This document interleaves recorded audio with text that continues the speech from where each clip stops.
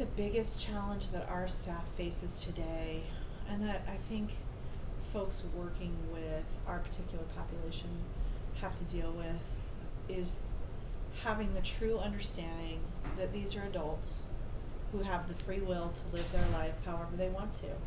And they may not make the decisions that we want them to make, and they may not live the life that we want them to live. We're just here to role model for them and to guide them. We're not here to force them to do something. A big challenge that we're facing as an agency right now is a number of our consumers are dealing with hoarding behaviors. And I'm sure everybody's seen hoarding on TV, and you've seen the shows, and you know that it's a symptom of a greater mental health diagnosis.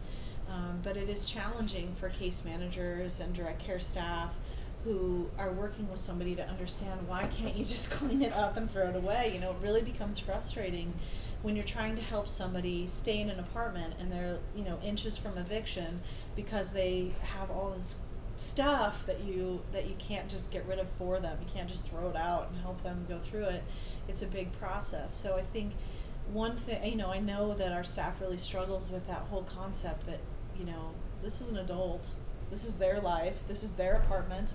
If they lose it, it's theirs to lose. And I'm just here to help them understand why they lost it and what they need to do to find a new one, you know. So I think having that compassion, understanding, and patience are probably some of the greatest struggles that you'll have as a person who works in human services, whether it's in direct care, professional staff, working with youth, or adults. You can't make somebody change. It's a challenge. Centerpointe owns an apartment complex at like 13th and D Street, and we have 11 apartments. 4 of those are targeted at chronically homeless, and the HUD definition of chronically homeless is homeless for 4 years or more, or that you've been displaced for 4 years or more. So you've been couch surfing, you know, staying with relatives off and on kind of thing.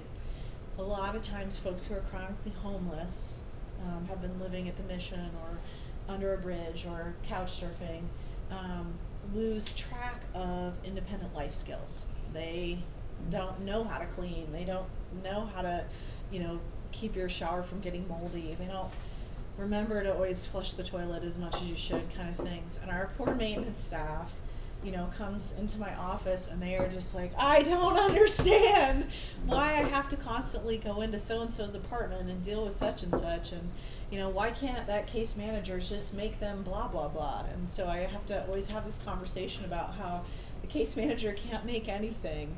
You know, the case manager can encourage and the case manager can support, but their job isn't to make somebody do something, it's to help them figure out how to do it for themselves.